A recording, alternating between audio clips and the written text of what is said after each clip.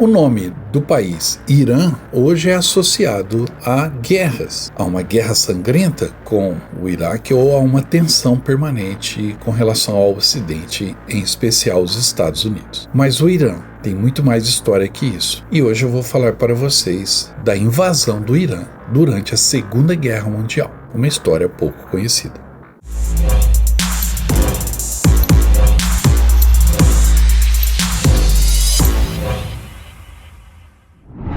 Mas antes de falar da invasão do Irã na Segunda Guerra Mundial, a gente tem que lembrar um pouco do tamanho da história do Irã. A região, onde hoje é o Irã, foi berço de grandes impérios, como o Império Persa, que, em seus áureos tempos, rivalizou com a Grécia e também com Roma. Após a derrota dos persas contra gregos, romanos e macedônicos, veio o Império dos Sassânidas, os herdeiros do Império Persa, que permaneceram até a conquista islâmica, que veio no século VII. Após a conquista islâmica, o Irã passou por sucessivos domínios e dinastias, como os Safávidas, do século XVI ao XVIII, consolidaram o xiismo como a religião muçulmana oficial do domínio dos Safávidas. No século XIX, o país caiu sob forte influência de potências estrangeiras, principalmente Rússia e Grã-Bretanha, que disputavam o controle da região, geograficamente importantíssima.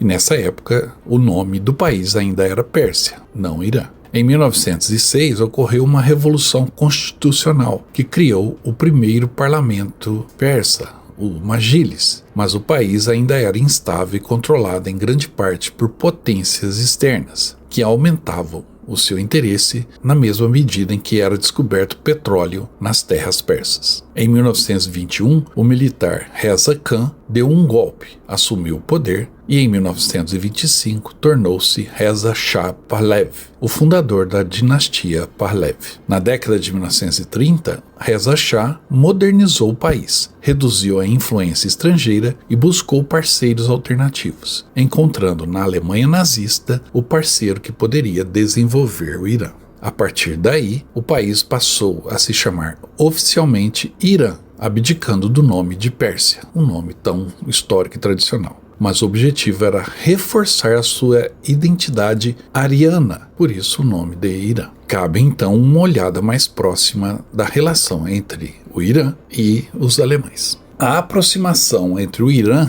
e a Alemanha nazista nas décadas de 1930 e início de 1940 foi estratégica, ideológica e econômica, mas nunca se tornou uma aliança formal. O Shah Reza Pahlavi, no poder desde 1925, buscava modernizar o Irã e reduzir a influência estrangeira, especialmente do Império Britânico e da União Soviética, que era sua vizinha. Estes dois países historicamente disputavam o controle da região desde o século XIX. Para fugir desse jogo e buscar a sua independência, Pahlavi viu na Alemanha uma potência neutra nessa disputa e um modelo de eficiência, tecnologia e nacionalismo moderno. A partir de meados dos anos 1930, o Irã então passou a contar com a Alemanha como seu maior parceiro comercial. Mais de 1.000 engenheiros, técnicos e consultores alemães trabalhavam em projetos no Irã. Projetos que iam desde a construção de ferrovias, usinas, até chegar a escolas e obras de infraestrutura, como represas e pontes. O governo iraniano também enviava estudantes para universidades alemãs. E essa afinidade ideológica cresceu tanto que iranianos e nazistas reivindicavam origens arianas. Os nazistas viam os persas como arianos não semitas, e Reza Shah valorizava a herança cultural do Império Persa como descendente dos arianos, o que se alinhava com o discurso racial da Alemanha. Tanto que em 1935, Reza Shah solicitou oficialmente que o país passasse a ser chamado internacionalmente de Irã, o que significa terra dos arianos. Nada mais forte do que esse simbolismo identitário. E os alemães enxergavam essa aproximação e essa semelhança no arianismo como coisas naturais. Afinal de contas, a Pérsia, ou o Irã, era uma terra de Ciro o Grande, o fundador do Império Aquemênida.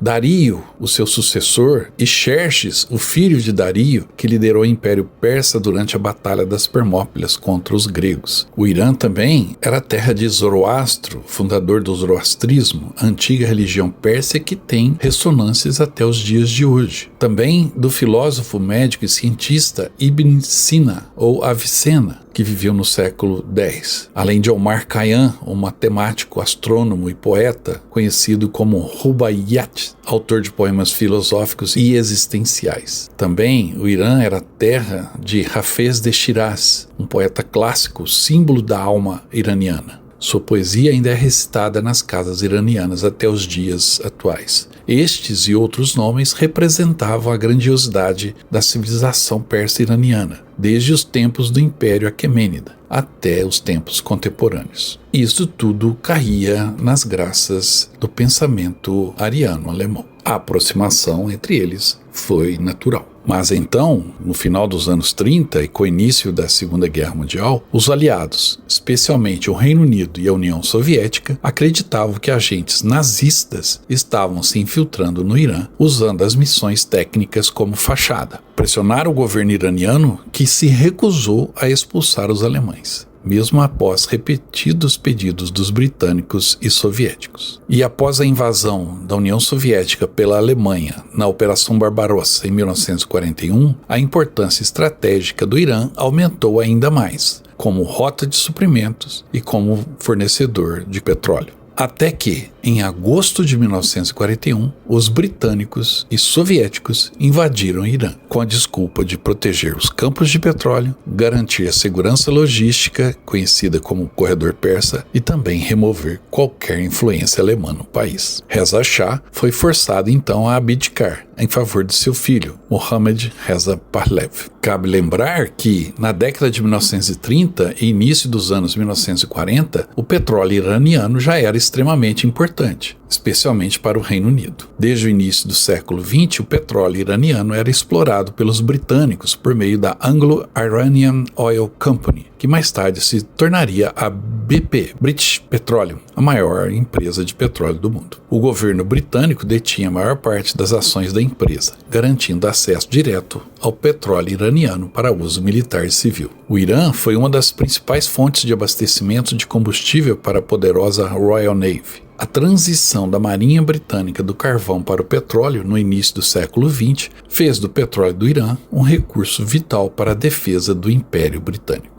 A aviação e os veículos militares aliados dependiam de petróleo, e o Golfo Pérsico, especialmente os campos iranianos, eram uma das principais fontes disponíveis fora do alcance do eixo. Além disso, existia também o Corredor Persa, onde o petróleo e os suprimentos de guerra enviados pelos Estados Unidos aos soviéticos passavam por portos iranianos no sul, cruzavam o país por ferrovias e estradas e entravam na Rússia pelo norte do Irã. Sem o Irã, a logística de apoio à União Soviética teria sido muito difícil. A porta de entrada era o Golfo Pérsico, em portos iranianos como Abadan, Bandar Shapur e Basra, no Iraque, onde recebiam navios aliados com cargas dos Estados Unidos, Reino Unido e outras nações. Estes portos foram expandidos pelos aliados para facilitar o desembarque. As cargas seguiam, então, por estradas e ferrovias iranianas, como a ferrovia Trans-Iraniana, que conectava o sul ao norte do Irã, passando por áreas montanhosas e desafiadoras, e também por rodovias militares construídas e ampliadas pelos britânicos e americanos. O trajeto cruzava cidades como Ahvaz, Teherã e Bandar Shah, em direção ao norte do país. Os suprimentos cruzavam a fronteira norte do Irã para o Azerbaijão soviético, através de Astara e outras passagens no Cáucaso. Dali eram redistribuídos para diversas frentes de batalhas soviéticas. E a carga transportada nesse sistema do corredor persa incluíam tanques, caminhões, munições, jipes, trens, aviões desmontados, combustível, alimento, roupas de inverno, medicamentos e ferramentas. Tudo isso fazia parte do Land and Lease, a lei de empréstimos e arrendamentos dos Estados Unidos. Ao todo, cerca de 5 milhões de toneladas de suprimentos passaram pela rota do corredor persa entre 1941 e 1945, o que representa 25% de toda a ajuda Lend-Lease recebida pela União Soviética na Segunda Guerra Mundial. As outras duas rotas eram a Rota do Ártico, passando por Murmansk, que recebeu 40%, e a Rota do Pacífico, passando por Vladivostok, que representava 35% do total. Em 1943, o corredor persa atingiu seu pico operacional, com até 10 mil toneladas por dia passando pela rota. Era o caminho mais curto para as frentes de batalha contra a Alemanha, e o corredor persa era vital nesse processo. A rota foi administrada por forças britânicas, soviéticas e norte-americanas. E os americanos estabeleceram a Persian Gulf Command,